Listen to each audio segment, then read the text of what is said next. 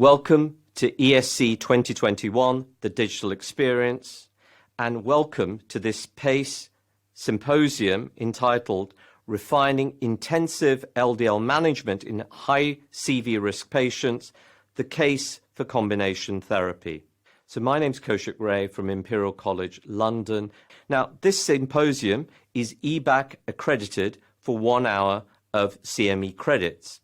At the end of this symposium, you'll need to fill in a questionnaire in order to then get those CME credits. Now, joining me today to co-chair this symposium is my good friend and colleague, John Kastelein from Amsterdam. To cover this symposium, we're going to focus on several different key areas. Firstly, I'm going to start off and make the case for LDL lowering and really try and highlight the gap and the discrepancies between guidelines and implementation, and maybe give you some pointers to what we should do and how the paradigm for prevention should change. Then we're going to move focus and we're going to look at the urgency of LDL lowering, particularly in the post-MI patient where need is greatest. And to cover that, we have Derek Connolly. Then we're going to talk about expanding therapeutic options for lowering LDL cholesterol and the role of new therapies. And that will be covered by Christy Ballantyne. And then finally, we're going to follow that with a discussion. And there is an opportunity here for you to either ask questions live at that stage or throughout the whole of the symposium, send questions through which we will try and incorporate via the chat function throughout the symposium. So without further ado, let's get started. And it's my great pleasure to kick off this symposium today. And what I'm going to talk to you about and set the scene is LDL cholesterol and the management of high CV risk, changing the paradigm. These are a list of my disclosures. And I want to start really by giving you this sort of provocative headline that our preventative strategies are instituted far too late. Manifestation of cardiovascular disease is really an interaction between inherited genetic vulnerability, and we can develop adaptive or maladaptive responses to a lifetime of cumulative exposures.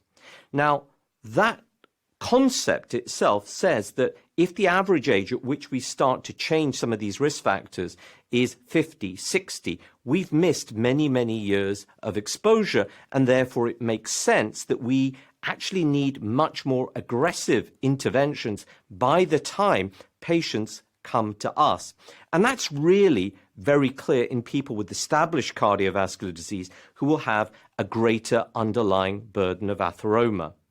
So if you think about the timelines over which we develop atherosclerosis, it's over many, many years. And those individuals who develop acute presentations will have undoubtedly a greater burden of atheroma. Now, given that this process occurred over half of their lifetime, we can't expect in a very short period of time to normalize or improve that without something far more drastic than we're doing currently. And this is why the whole paradigm really needs to change. Now, if we go and we look at LDL lowering, most of our trial data was really all just focused on treatments and absolute reductions that they didn't take into consideration time. But we know that genetic data now can provide lots of insights. If we achieve a third of a millimole reduction in LDL cholesterol over 50 years, we'll get the same benefit as somebody treated later on in life, but that person will require a 1 millimole reduction in order to get the same benefit. So now when we look at the implementation of the ESC EAS guidelines that were published a couple of years ago, even though in those groups of individuals who are at very high risk, where we're recommending LDL goals of 1.4, we have been reliant on statin-based monotherapy. And that is mathematically impossible to achieve if you basically rely on only one treatment. On the right-hand side, you can basically see the LDL cholesterols that would be achieved with a 50% reduction, stratified by baseline level of LDL. So for anybody with an LDL above 2.8, it is mathematically impossible to get to those treatment goals if we use monotherapy. We can look at that in a bit more detail in the Da Vinci study, which taught us that the vast majority of our patients in Europe, 84%, basically are given statin-based monotherapy. Combination therapy is only given to 9 or 1% of patients with ezetimibe and PCSK9 inhibitors. And the impact of that is, for those harder to reach goals in 2019 compared to those easier goals of 2016, 2/3 of our patients will fail to reach those goals. We can get further insights from Da Vinci because we can look at the ASCVD patient population, where use of high-intensity statins is a little bit better. But you can see, if you look at the dark and the shaded boxes, which show you the 2016 and 2019 goals, that if we're aiming for 1.8, that's achievable with higher doses of statins, more so with the use of combination therapy, whether that's with ezetimibe or with the MAB. But if you're aiming for 1.4, you're really going to need to start using PCSK9 inhibitors or a third oral agent, because about 40% of your patients will get to goal with statins at high intensity or statins and ezetimibe. We can get further evidence from other studies, and this is data from Sweetheart, which shows that in a patient population coming in with an MI, that many of these people, even when given appropriate levels of statins, will actually be above goal. To move the population towards more people achieving those lower targets of 1.4, we need to think about the use of ezetimibe, and more of the population now move. But because we've shifted the goalpost to 1.4, unless we think about using MABs and MABs early, we really won't move this group further over to the left and get all of our patients to goal. And the impact of LDL lowering is really shown in another very nice analysis from Sweetheart, where about 1/4 of the patients coming in with a myocardial infarction, they had no intensification of their therapy. And these were individuals often who had prior history of cardiovascular disease, had comorbidities, yet no change in lipid-lowering therapy was made. About 50% of the patients coming in with an MI have LDLs between 2.3 and 3.8. So they don't really have dyslipidemia, but that level of LDL is too high. And we can see that the lower the LDL that's achieved with statin-based monotherapy, the lower the risk. But with any monotherapy, we hit a ceiling. And unless we use combination therapy, we're never going to move beyond this. So we can look at which type of patients receive PCSK9 inhibitors in Europe. And one of the biggest detriments to the use of MABs are the reimbursement criteria. Often the reimbursement criteria is set very high and way above the levels that guidelines recommend. So in Europe, and this is data from the Heyman study, the baseline LDL is about 4 millimoles, yet we can reduce LDL by about 58%. Now, if you look at the right-hand side at which patients receive these drugs, it's not rocket science to actually observe that to be above that reimbursement threshold, you probably need to be off a statin. So you're talking about statin intolerant patients only getting access to these drugs. Yet we can see that when we use combination therapy, just as I showed you with Da Vinci, more patients will get to goal. So at the moment, one of the problems is that PCSK9 inhibitors often are only being made available to patients on the basis of monotherapy because those reimbursement thresholds are set so high. So in summary, one thing that we just have to change is moving away, particularly for post-MI patients, but for all ASCVD patients, is moving away from this paradigm of just using high-intensity statin therapy to one which focuses on high-intensity lipid lowering, which basically means for 1/4 of our patients that come in with an MI already on an oral agent, they should probably have a PCSK9 inhibitor instituted before hospital discharge. Every patient should leave hospital on a statin and ezetimibe. And then in the 6 to 10 weeks or so after that, if they're not at goal, we can personalize treatments based on need, cost, availability to inclisiran, bempendoric acid, or monoclonals, so that most of our patients now achieve goal. Thank you.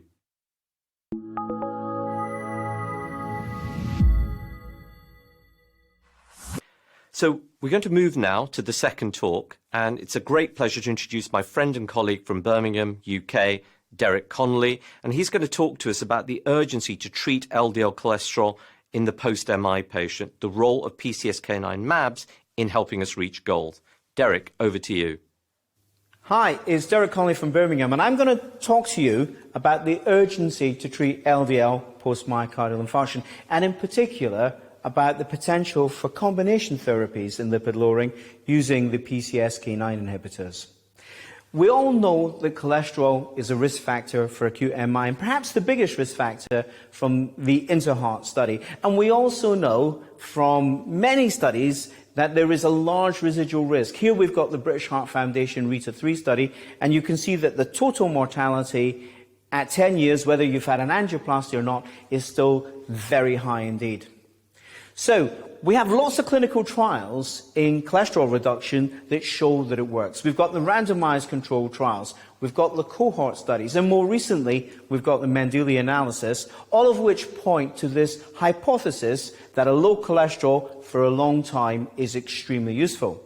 However, when we look at this analysis of all the major studies, you can see that the longer studies are very predictable and as expected from the mathematical models. But the studies that are shorter, and that often includes the ACS studies, seem to have a bigger effect from therapy. So let's examine that. Let's see whether those ACS patients are special. The first study I want to talk about is the Miracle study. And in the Miracle study, we couldn't do it now. We had a placebo limb versus 80 milligrams of atorvastatin in patients with acute coronary syndromes. And you can see that it halved your cholesterol, and in doing so, after only 16 weeks, it seemed to reduce the composite endpoint, suggesting that the benefits of LDL cholesterol reduction can happen very early.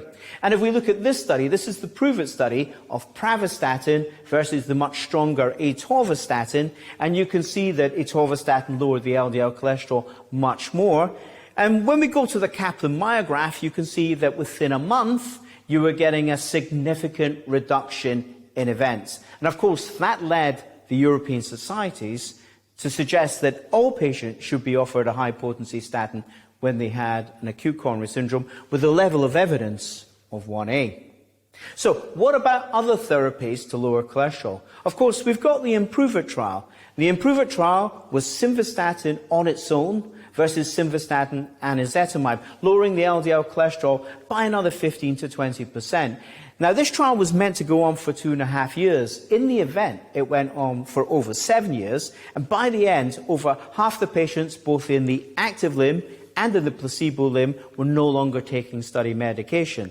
But despite that, there was a significant reduction in events with the addition of ezetimibe. And when we look here at all the different composite endpoints, they were all met. The composite endpoints there, the primary endpoints, but also, if you look here in the post-hoc analysis, the MI endpoints and the stroke endpoints were also significantly reduced.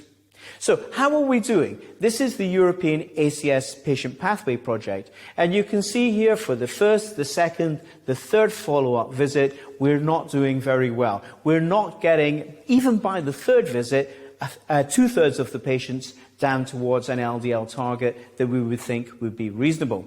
What are we doing? Well, during those visits, we're using more high-potency statins. You can see that there. But we're using very little ezetimibe and very, very little PCSK9 inhibitors. So, let's have a look at all of the drugs we have. We've got the various statins. You can see them here as monotherapy. They're lowering cholesterol up to 50%. Ezetimibe lowers it by another 20%. But look at PCSK9 inhibitors. As monotherapy, they lower the LDL cholesterol by 60%, but in combination with ezetimibe and atorvastatin or rosuvastatin, they're lowering it by 85%. So substantial reductions in LDL cholesterol. So have we got evidence that this works in clinical studies? Well, of course, we have the two large outcome studies with monoclonal antibodies, Fourier and Odyssey Outcomes. Odyssey Outcomes was effectively an ACS study in that the patients were randomized shortly after their ACS, whereas Fourier, they did have some ACS patients, but most of the patients were stable with over 3 years since their ACS on average. Yet when we look at it, all of the endpoints seem extremely similar between the two studies, with the one difference that you do get a reduction in total mortality with alirocumab in the Odyssey outcome study. And the question is that because they treated patients earlier after ACS? Well, let's look at the Odyssey outcome study. You can see the entry requirements here, and you can see that it was an ACS study, as we expected, but the majority of the patients had to be on a high-intensity statin, and they had to have an LDL cholesterol that was still raised. And when we look at it, it was a simple trial. You either got placebo or you got alirocumab. And as we know, this is an incredibly well-tolerated therapy. And the average patient was only 2.6 months after their ACS. You can see the majority of patients had non-ST elevation MI, but a third of the patients had ST elevation myocardial infarction. And you can see there that the majority of patients were revascularized. Now, when we look at the adverse events, and I'm sure you all know this, there were virtually no differences between placebo and active therapy. This was a very well-tolerated therapy. And when we look at the Kaplan-Meier graphs, you can see here that the all-cause mortality was significantly less on active therapy with alirocumab. And total mortality is the most absolute endpoint because you're either alive or you're dead, suggesting there is a benefit in these patients. And it didn't seem to matter whether this was a type 1 myocardial infarction or a type 2 myocardial infarction. The level of benefit was very similar indeed. Now, one thing that was different was whether the benefits were there, whether you had a lower or a higher LDL cholesterol. You can see here the all-cause mortality by baseline LDL. And if your baseline LDL was over 100, you had a substantial benefit, as you can see in the Kaplan-Meier graph to the right. And if we look here at that subgroup with LDLs at baseline over 100, you can see that for MACE, for coronary heart disease death, for cardiovascular death, and for all-cause mortality, you're getting substantial differences in the hazard ratio on the right. What about the Fourier study? Now, the Fourier study generally looked at patients who were more stable, but there was a significant population who'd had a recent ACS. And if you look at the event rate, you can see that the event rate in those patients who were closer to their myocardial infarction was much higher for the first year. Then the two graphs became parallel. So if we look at the populations who had a recent myocardial infarction on the left, less than 12 months, or were more distal, greater than 12 months on the right, you can see that the benefit is much greater in those patients who'd had a recent ACS. Again, fitting with the model that these patients are special. So, what if we give the monoclonal antibody at the time of myocardial infarction? Is it safe? Will it produce any adverse events? Well, if we look at the EVOPAC study, it did exactly that. It took patients who'd had an ACS and treated them very early indeed, and gave them either placebo or evolocumab, and followed them up for a couple of months. And you can see here that most of the patients had non-ST elevation MI, with about a third having ST elevation MI. But look, even in the non-STEMI group, a significant proportion got their antibody early, and 100% got it early in the STEMI group. And if we look, the majority of these patients were treated by PCI.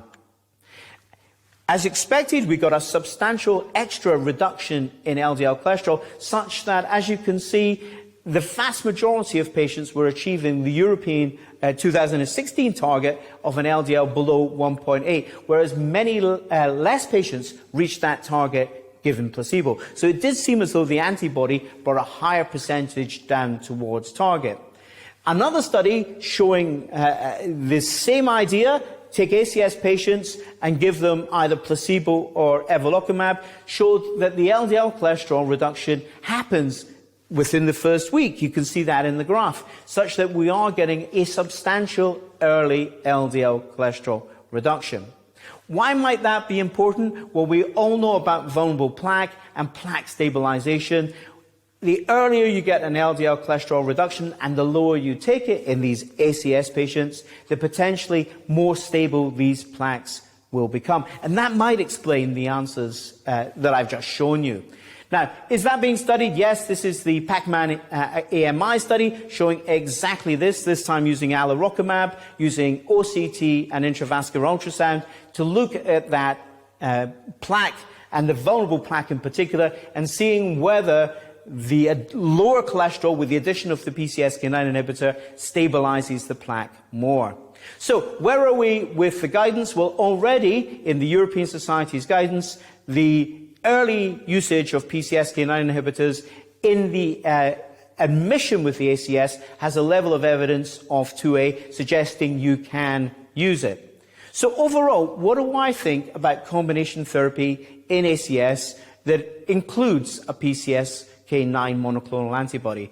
Well, you can see that there doesn't seem to be a downside with safety issues. You can see you're much more likely to achieve the goals we want to achieve. You can see that it may reduce MACE events from the studies we've shown you, and it probably will reduce the number of needed repeat visits, which is particularly relevant during the pandemic. And so for me, it seems logical that we give this to reduce the LDL cholesterols in those patients that already have higher LDL cholesterols that are almost certainly going to need this therapy. Thank you very much indeed.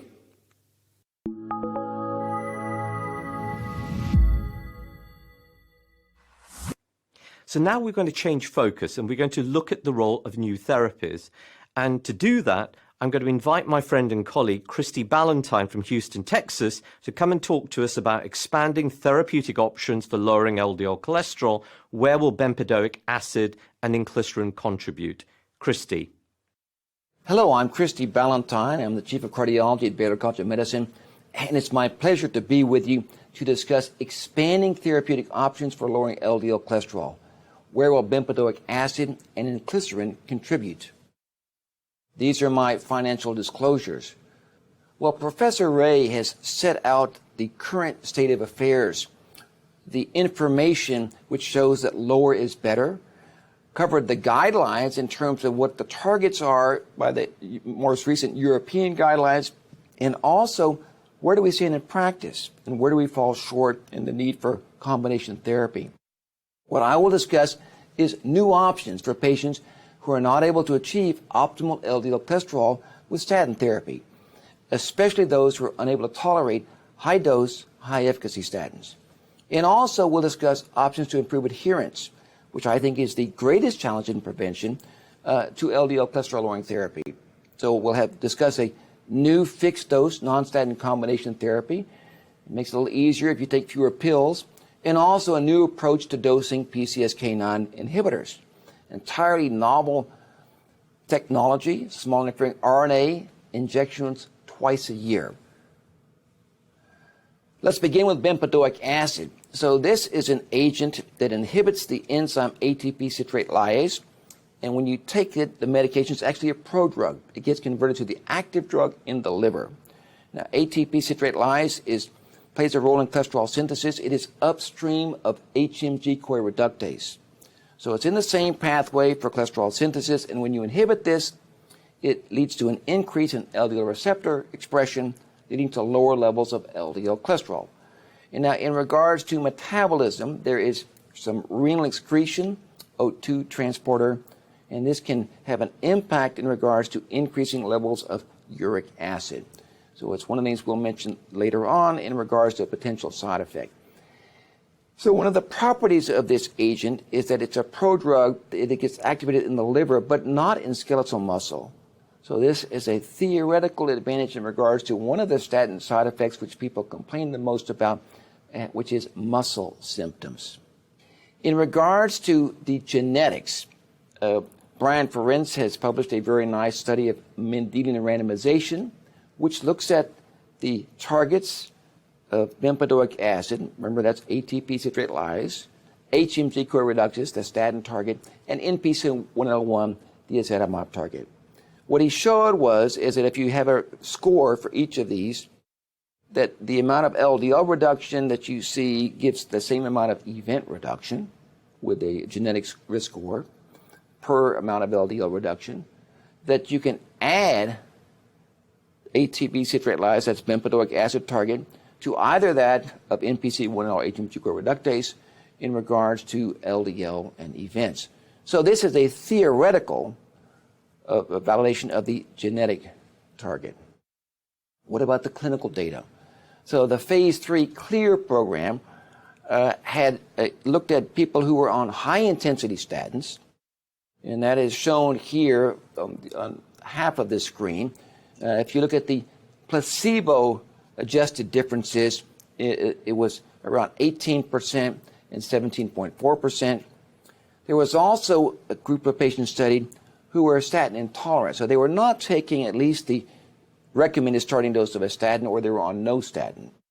And this was ending up being, as placebo-adjusted, around 28 and 21% in these two studies. So there was a little more reduction, which you would expect if someone was not taking a high-intensity statin.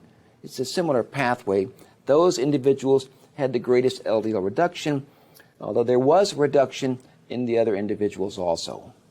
Now, it was also studied in a combination tablet. Remember, ezetimibe blocks cholesterol absorption. This agent blocks cholesterol production. When you add the two together in a single pill, you had a 38% placebo-subtracted differences, so close to a 40% reduction, which is what we see with moderate intensity statin therapy. So this is another option as a single combination tablet, which does not include any statin, but gives the efficacy of a moderate intensity statin. If we look at the safety pooled phase 3 data, what you can see is there is some increase, as I mentioned, in hyperuricemia and in gout. And the episodes of gout occurred primarily in people who already had a history of gout or had a high level of uric acid at baseline. There was not any kind of problem with ALT. There's a slight reduction in hemoglobin, and that actually resolved once the agent was stopped. There were a few increases in case of tendon rupture, but these patients were also on other medications which are associated with tendon rupture. There was no increase in regards to diabetes in the study. All right, so what is the indication as approved by the EMA? It's to be used in combination with a statin or other lipid-lowering therapies in people who are unable to reach their LDL cholesterol goal with the maximally tolerated dose of a statin. It also mentions alone or in combination with other lipid-lowering therapies if a patient is statin intolerant or in whom a statin is contraindicated. So, as I mentioned, the CLEAR Phase 3 program, there is an outcome study called CLEAR Outcomes. This is a large, global CV outcomes trial. It is now fully enrolled. It has over 14,000 patients. It's looking at cardiovascular endpoints. The baseline LDL cholesterol is elevated in these patients. Enrollment was completed in August of 2019. These are the baseline characteristics, and I think it's important if we think of where did this drug fit in. It wasn't very hard to recruit this study of patients who were not able to tolerate at least a starting dose of statin. In this trial, if you take a look at it, 22% were on a very low dose of statin. You had 11%, 12% on ezetimibe. It was interesting. This is one of our few studies which ends up being about 50% women. They were overweight. They had a CRP that was elevated, a lot of hypertension and diabetes, and also LDL cholesterol of 139 milligrams, so about 3.5 millimoles. All right, let's change gears, and we focus on inclisiran. And I think this is really exciting. I think worldwide, all of our patients are now becoming familiar with messenger RNA therapeutics because of the vaccines. The vaccines, basically, if you give a messenger RNA, gets taken up by the leukocytes, and you express a protein, there's also targeting with technologies of antisense and small interfering RNAs where you can knock down the messenger RNA, and so you don't make the protein. So it's a very exciting, hot area of biotechnology, and this whole area of messenger RNA therapeutics is really an extremely exciting one. So inclisiran is a short-chain synthetic small interfering RNA. It inhibits the translation of PCSK9. It binds to the messenger RNA precursor of PCSK9, which then undergoes degradation, the RISC complex. It reduces both intracellular and extracellular PCSK9 protein levels. It was approved by the EMA in December of 2020. It's still pending approval by the FDA. The proposed indication is for secondary prevention with ASCVD or heterozygous FH. And this is the most novel part of this agent and this technology. It has a GalNAc, so it gets taken up by the liver. And because of the way the risk complex recycles, you give an initial dose, one 3 months later, and then every 6 months. So that's really quite different from the way we have been dosing medications in the past. There was a large phase 3 program, Orion 9, 10, and 11. They had a very similar design, some differences in patient population. Orion 9, heterozygous FH. Orion 10, ASCVD. Orion 11, ASCVD plus high-risk primary prevention who are ASCVD risk equivalents. What were the results? One thing we'd like to see in a phase 3 program is, are the results consistent? And that was certainly the case here. All of these studies showed about a 50% reduction in the level of LDL cholesterol. They reduced PCSK9 levels substantially. There was prolonged duration of action. And most importantly, the safety was very good. There was no signal in regards to any type of hepatic effects, which was the thing being focused on since this drug targets the liver. As I mentioned, it has this receptor, so you can have low doses administered, and you have targeting the risk complex and synthesis in the liver. We didn't see any problems in that area. There also, importantly, were no hematological problems which had been seen in earlier generations of antisense and some with siRNA, mostly with antisense. Now, this is data from the pooled 9, 10, 11, 3660 participants. And as I said, it's very consistent. What you can see is a 50% reduction in LDL cholesterol and a large absolute reduction, almost 1.5 millimoles of LDL cholesterol. If you look at the subgroup analysis, there was consistent benefit in all the different subgroups that were examined in these studies. And this is a nice summary in regards to this, is that you really have a marked impact in reducing the protein level. You reduce LDL cholesterol by just over 50%. This was at day 510. And there was large reductions in the absolute concentration of LDL cholesterol. The safety was similar to placebo. And this is always the first thing I look at is what were the discontinuations of the drug versus the placebo. And it's always remarkable when you have an agent that is the same as the placebo, essentially. We didn't see any problems in regards to liver, muscle, or hematological parameters. There are some injection site reactions, which tend to be self-limited. And there was some increase in bronchitis, which is, for whatever reason, seen in most of these trials with lipid-lowering therapy. All right, there's a large outcomes trial in progress with this agent. Around 15,000 participants, high risk. It's going to be looking at important clinical endpoints, heart events, and urgent revascularization. This is ongoing. All right, so we get back to what I think is the biggest challenge in terms of achieving optimal lipid control. We need to have more choices, but we also have to address this issue of adherence with it. So the bempendoric acid alone, or in combination with ezetimibe, provides a new option for further LDL reduction. It may be especially useful in patients who are unable to tolerate a high dose of statin.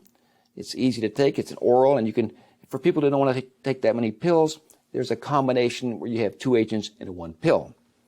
Now, inclisiran provides a novel approach to improve adherence because you can get over 50% LDL reduction with injections every 6 months. I think it's a very interesting and exciting area. Will new technologies like inclisiran prove disruptive in the practice of preventive cardiology? Is this going to be the way it changed everything? It's like the way cell phones and the internet have changed our ways of communicating. We know that it's really the duration, the area of the curve, your LDL exposure over a long period of time that drives the disease. And adherence is very important. If you can prescribe the medication unless you're taking it, you don't get the LDL reductions. Oral medication, small molecules, you take it once a day, 365 doses in a year. Now, we've had the monoclonal antibodies where you do every 2-week injections or once a month. Now we have inclisiran every 6 months. Could we end up having a prevention visit where you get the injection for your LDL, you go over your blood pressure, your weight, your glucose, smoking cessation, lifestyle? Could this be more of a disease management? Time will tell, but it's certainly exciting that we have some new options to offer our patients to do a better job in regards to lowering their levels of LDL cholesterol. As was outlined by Professor Ray, this is really an area where we're not doing as well as we should, and these are some new opportunities to do better. Thank you very much.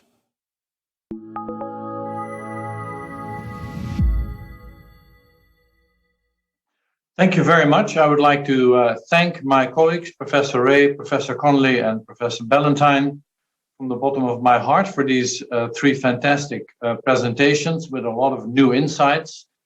I've looked in the chat function during our presentations, and there are not that many questions, and I think the questions that are there can easily be answered through the chat function.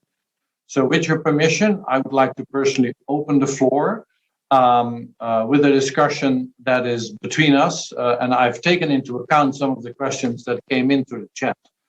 My first remark I would like to address to Professor Connolly. The kind of indication that an LDL cholesterol above 100 in a trial would lead to not only a reduction of MACE, but maybe even be more favorable for mortality-associated outcomes, was basically also seen in SPIRE 2. And of course, Orion 4 is designed, as Professor Ballantyne was laying out, in the same vein, namely that you take patients with very high risk primary prevention or secondary prevention, and you stipulate that they have to be on maximally tolerated statins, but their LDL has to be over 100. For me, that has so many advantages that I always wonder why there are still groups that think that they have to first beat LDL to nothing before they add another drug to research. So what is your idea? I mean, wouldn't it make sense to actually study new lipid-lowering drugs in an environment where LDL is still reasonably elevated? I think you're right. And I think the analogy is with hypertension. And of course, in hypertension, we don't just keep increasing a single drug. We've got used to the idea that combination therapies, perhaps at lower doses, are better tolerated, but work in combination to target that blood pressure. And I think that's where we need to go with LDL cholesterol, so that we have our targets and we use all of our armamentarium, and we've got all these new things we can use, and there are many more things coming. You're aware of that, so that we think of it like hypertension, and we think about it, getting it down using multiple agents. What do you think? Well, I was kind of trying to make the next step to Professor Ballantyne, because if I look at the good data for the combination of ezetimibe and bempedoic acid, is there any reason to use bempedoic acid monotherapy if the combination, the fixed dose combination, is so efficacious and so safe? Because you always want more LDL lowering. So, or do you want that flexibility? What is your view on that? Well, it's nice to have options, but I would say that the go-to option would be starting off with a combination tablet, because you're going to get about a 40% reduction in LDL. Two agents that by themselves are not quite as potent. I like that as the starting point. I agree with you, John. And I also agree, this is a challenging thing, is that the trials in general, there's this insistence that people have to be on a 40 or 80 milligrams of atorvastatin or 20 or 40 of rosuvastatin. They have to be on high intensity statin with an LDL over 70 to go into a study. But it ignores, I was surprised that they were able to recruit so easily for this, the outcome study with bempedoic acid. I mean, if you were to look in real life, it seems to me we should put those people into the trial, but we should also include people who are on maximally tolerated therapy, whatever that may be, continue to have high LDLs. Because what it'll end up happening is you'll have a lot of people who are going to be 120 and 130 and 140 who also have a huge benefit from going into the trial. So you and I have talked about this before, this concept of, having everybody on, the kitchen sink before they can be randomized into a trial. That's not the way what we see in real life, but it ends up being as if one could specify criteria that make them acceptable to both IRBs and clinical practice. But I like this concept of patients are on maximally tolerated lipid therapy and still have elevated LDL, because you're going to get more high people. If you have to be on 40 milligrams of atorvastatin or 80 milligrams of atorvastatin, frankly, most of those people are doing pretty well. Yes, they're not going to be as all the way down frequently, but they'll have pretty reasonable levels. And as Coach, you said, you could add ezetimibe. But what we see throughout the world, I don't know a single country where the majority of people are taking 80 of atorva. No. They're all taking Actually, lower I doses. wanted to ask. Yeah, no, actually, you totally agree. I wanted to ask Coach. I've seen some figures from the United Kingdom where, in fact, the 20 or 40 of rosuvastatin plus the 40 and 80 of atorvastatin together are less than half. And so, I mean, the majority of patients is not on that actually in real life. And so where does this, and this is FDA and EMA kind of ghost idea comes from, that you can't do a reasonable trial if not everyone is on the highest dose of a high potency statin. I mean, am I right, Coach, in terms of the numbers? You're absolutely right. And John, I was going to say that one of the key things is that, you know, that in the real world, so what we do is we try and do a trial where we say everybody's brilliantly managed, but they're your outliers, as you've just nicely said. They're like 5% of your population. So we can be absolutely sure that if we see a benefit, it's the true effect of the drug. But then we go and look at the subgroups, and the relative benefit is constant across everything. And then we go to real world data and say, hey, you know what? Those results in the trials, imagine we apply that to poorly managed patients in the real world with a high event rate. Look at how many events we'd save. Well, why don't we just actually have that real world broad spectrum of patients, and then the relative benefit is going to be constant, and you can just look at really well or badly treated patients and calculate the absolute difference. And that's it. And we could do that much more quickly, reduce the cost of trials, and it reflects real world practice. Well, I think SPIRE 2 was a great trial, actually, led by Chuck Shear, and also this, if you look at Orion 11 had LDLs above 100. I think that trial was enrolled within 6 months or something.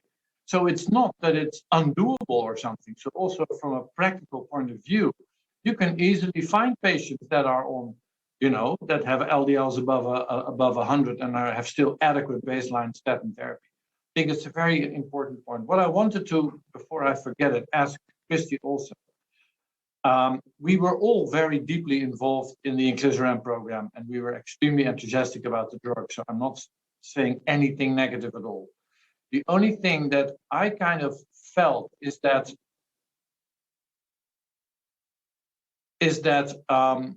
what if you are statin intolerant and you are a little bit of a complainer, because statin intolerance are public? Is a drug that stays with you for so many months, is that the right choice? Well, I think this is one, John, why it's important to include people like that into the trials. So you have some experience with this population for it. But I think, it is what you point out is that we see is that there is a benefit when it comes to adherence. With it right now, it seems to be extremely clean in terms of the profile. The question that has been is that if there was an adverse effect and the drug has a long half-life, what do you do with it? So I think this is an important question so far. And Coach, you can talk more. You've been very close to the data, because this is in terms of the long-term follow-up of the Orion program, that has not seemed to be the case in terms of having people run into these situations. So I think it's one where it's a theoretical concern, and this is always why we want to get robust clinical data to be able to, allay the fears that you've mentioned now, which is a very reasonable one. We have to be very short, Coach. One remark, and then I have to close it off. Completely agree with Christy. We've seen good safety in the open label program. Great. Then I would have the honor of closing this symposium off. I would like to thank our three speakers, Professor Ray, Professor Conley, and Professor Ballantyne. I would like to thank Medcon International. And please don't forget to fill in your evaluation forms. And last but definitely not least, I would like to thank our sponsors for this accreditation and, of course, the European Society of Cardiology. So thank you very much. I really hope that next year in August, we will meet each other in person and we'll have these symposia where there are 1,000+ people in a room packed in the alleyways, because that's the kind of interaction that I think we all really like and appreciate. So have a very good day. Thanks, especially Professor Ballantyne, for getting up so early, and speak to you soon. Thank you very much. Thank you. Thank you.